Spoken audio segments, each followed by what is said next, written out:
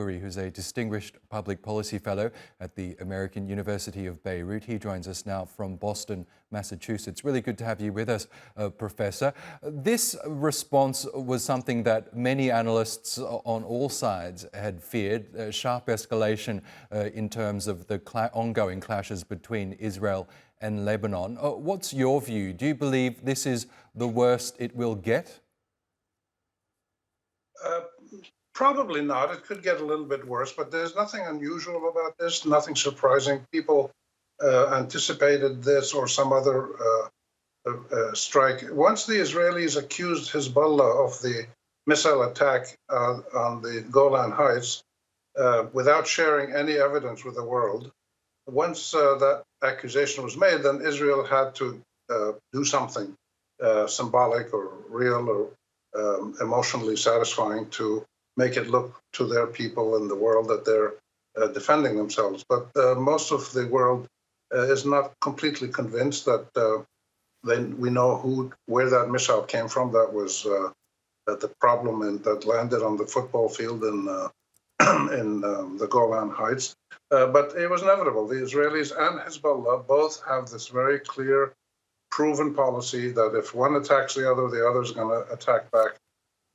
With equal magnitude. This is one of the important things that they've worked out over the years. So if Hezbollah kills a horse, Israel will kill a goat. If two people die, two other people will die.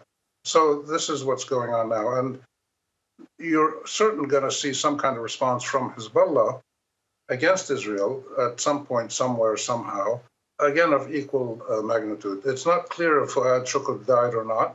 There are conflicting reports. Again, we have to wait for that.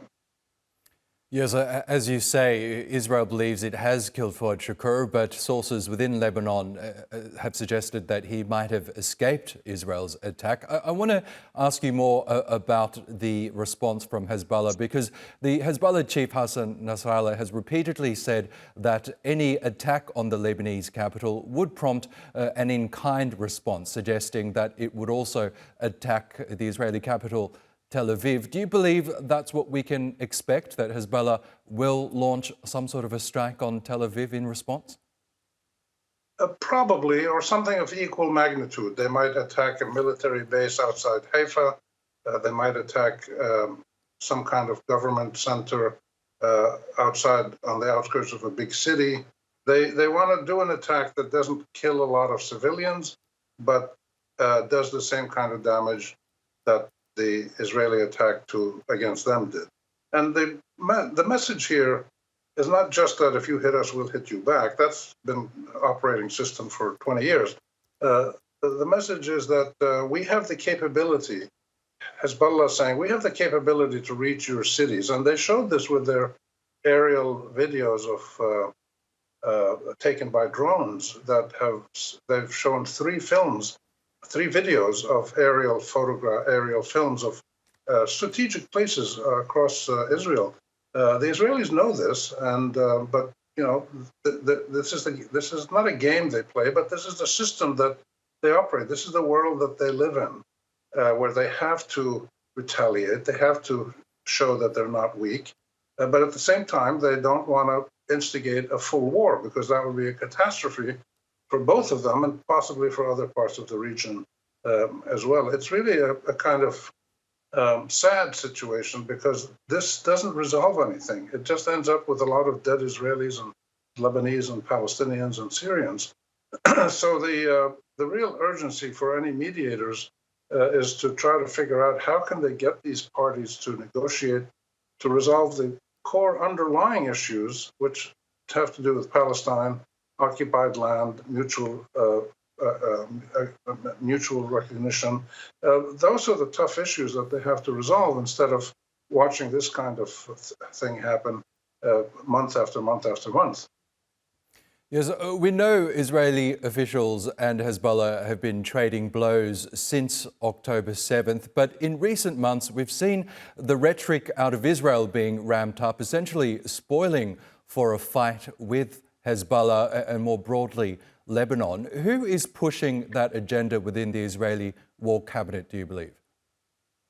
It's mostly Netanyahu, I believe. The generals are aware of the capabilities of Israel, the limitations of the Israeli armed forces, and the capabilities of Hezbollah. They're very aware that this is not a time to get into a war between Israel and Hezbollah. In fact, some Israeli generals have publicly said, we need a break from the Gaza war.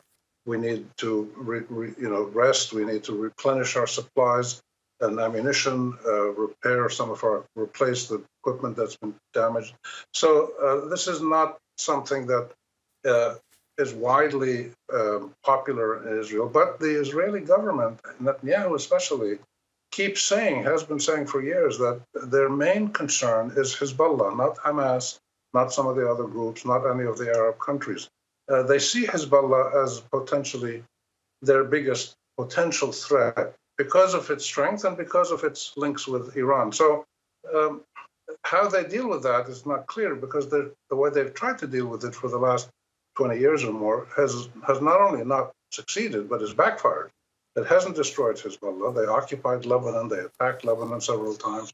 And it's only made Hezbollah much, much stronger, to the point where Hezbollah now trains and helps to equip the other groups around the Arab world that are part of the axis of resistance that's linked to Iran and that fights Israel, like Hamas, like the Ansarullah, the Houthis in Yemen. So the Israeli policy has only created a much bigger web of technically proficient and highly motivated Arab actors linked with Iran as allies, who are not only willing to fight Israel, but are able to fight Israel. Look at Hamas now. It's been almost 9 months, and they're still fighting.